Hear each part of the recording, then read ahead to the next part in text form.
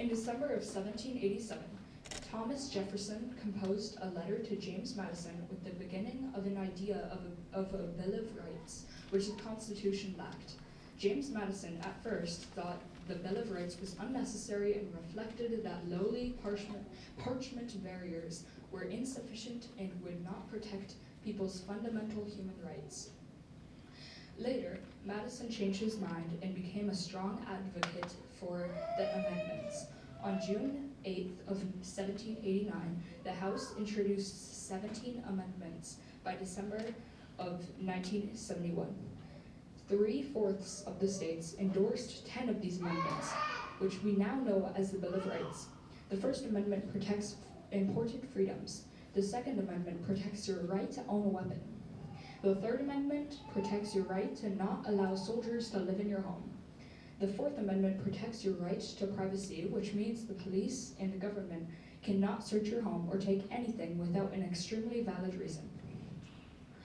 The Fifth Amendment protects your right to stay silent and not say anything that might prove you guilty in court without help of a lawyer. The Sixth Amendment promises you a quick, fair trial if you are accused. The Seventh Amendment allows you the right to ask for a jury trial in civil court cases that are about disagreements or money, so that a group of your peers decides what is fair, not one singular person. The Eighth Amendment protects you from the government punishing you too harshly from being fined too heavily. The Ninth Amendment protects you from the government telling you that if a right isn't specifically written down, it doesn't count.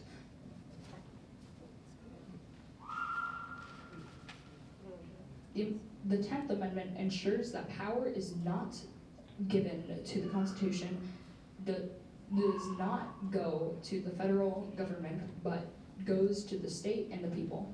In my life, the First Amendment, which provides everyone with certain freedoms: freedom of the press, freedom of speech, freedom of religion, and freedom to ask the government for change.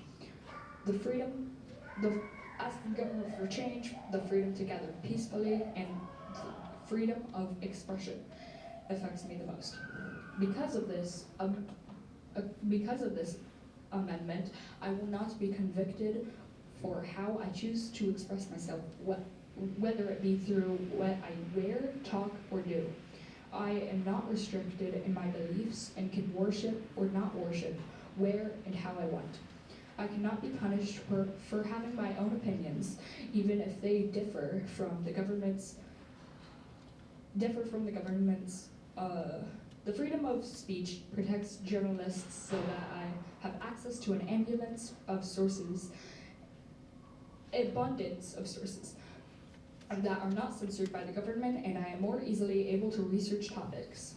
The freedom of speech protects real footage of events. For example, the 9/11 footage, the Apollo moon landing, and the I Have a Dream speech by Martin Luther King Jr., as well as an almost infinite number of informational videos on the internet. Without the First Amendment, the parchment barriers our lives would.